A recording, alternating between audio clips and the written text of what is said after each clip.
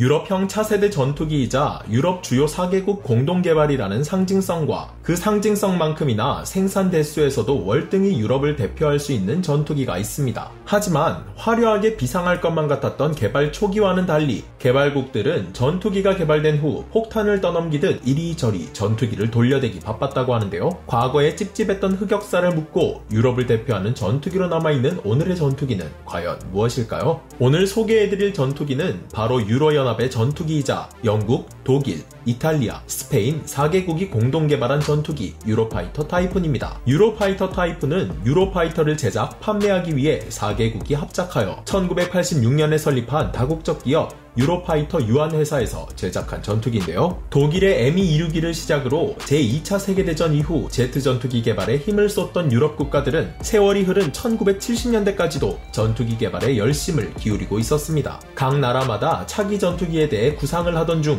영국, 독일, 프랑스 3개국은 1979년에 합동으로 전투기 개발을 논의하게 되는데요. 영국의 주도하에 1982년 시작된 브리티시 에어로스페이스사의 고등 전투기 사업은 전투기의 진심이었던 영국이 예산을 투자하는 것은 물론 기업 후원까지 받아내 사업을 더 확장해 나가게 됩니다. 그러던 중 전투기의 컨셉과 주요 장비 개발에 대한 주도권 다툼으로 인해 프랑스가 중도 탈퇴를 하게 되면서 이 자리엔 스페인과 이탈리아가 합류하게 되는데요. 합류와 동시에 1986년 기술 실증 실험기가 만들어져 초도 비행을 성공적으로 마친 이 실험기는 1991년까지 훗날 타이푼을 위한 개발에 활용되어집니다. 프랑스의 중도 탈퇴라는 고비가 있었지만 스페인과 이탈리아의 합류가 바로 이루어지면서 연합 전투기 개발 계획은 무르르듯 흘러갔고 나라별 초기 도입 수량 영국 250기, 독일 250기, 이탈리아 165기, 스페인 100기로 도합 765기 생산을 요구했는데요. 인생사 모든 것이 순탄하게만 흘러간다면 좋으련만 이 연합은 생각지도 못한 문제에 봉착하고 맙니다. 연합 전투기 사업에 참여한 나라들은 한 나라 공공의 적을 가지고 있었는데요. 바로 소련입니다. 북해를 넘나드는 소련 폭격기 요격에 초점을 맞춰 개발 중이던 전투기는 1992년 소련 붕괴와 더불어 냉전이 종식되면서 공공의 적은 사라지게 되었고 전투기의 주목적 역시 잃어버리게 되는데요.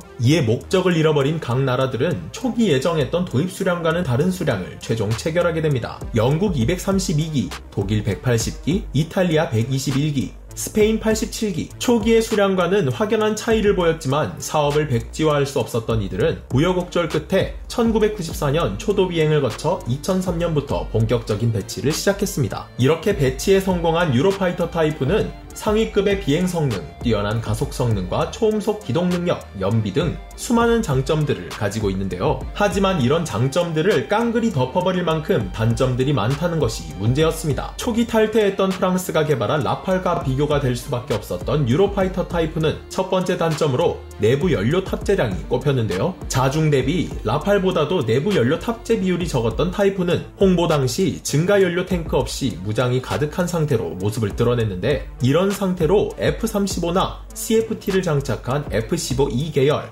F-16, F-18과 경쟁한다는 것은 무리로 드러났습니다. 하지만 이를 해결하기 위해 연료 탱크를 장착하는 순간 RCS 값이 상승해 스텔스 능력에 영향을 주게 된다고 하는데요. 타이푼의 입장에서는 사면초가나 다름없네요. 두 번째 단점은 낮은 내구성과 신뢰성. 유로파이터에서 밝힌 공식적인 운용시간은 6,000시간으로 8,000시간, 1만 시간을 운용하는 동식이 타 기종들에 비해 훨씬 짧은 운용시간을 가진 타이푼은 이를 해결하기 위해 수많은 방법을 찾았으나 마땅한 방법을 찾지 못했고 심지어 2014년엔 트렌치1 기체는 후방 동체에 제조 결함이 발견돼 운용시간은 4,000시간까지 떨어졌다고 합니다. 결국 실제 허가된 비행시간이 3,000시간에 불과한 트렌치1은 2025년까지 전량 조기 퇴역을 맞이한다고 하네요. 세 번째 단점은 매우 높은 유지비입니다. 영국 공군의 타이푼은 2010년대 기준 시간당 11만 4천 달러, 하나로 1억 2,100만 원이라는 유지비를 자랑했는데요. 이는 유지비가 비싸다고 소문난 F-22 랩터보다도 유지비가 더 드는 것으로 알려져 타이푼은 유지비 파이터라는 별명이 붙게 됩니다. 이외에도 공대지 무장 운용의 제한, 기체 개량 문제 등의 단점을 가지고 있는 타이푼은 기대감을 가지고 개발했던 초기와는 달리 골칫덩이로 전락하고 마는데요. 결국 초기 개발을 담당했던 4개국은 골칫덩이를 해결하기 위해 필사적인 돌려막기를 시작합니다. 그 이유는 기존 나라별 할당받은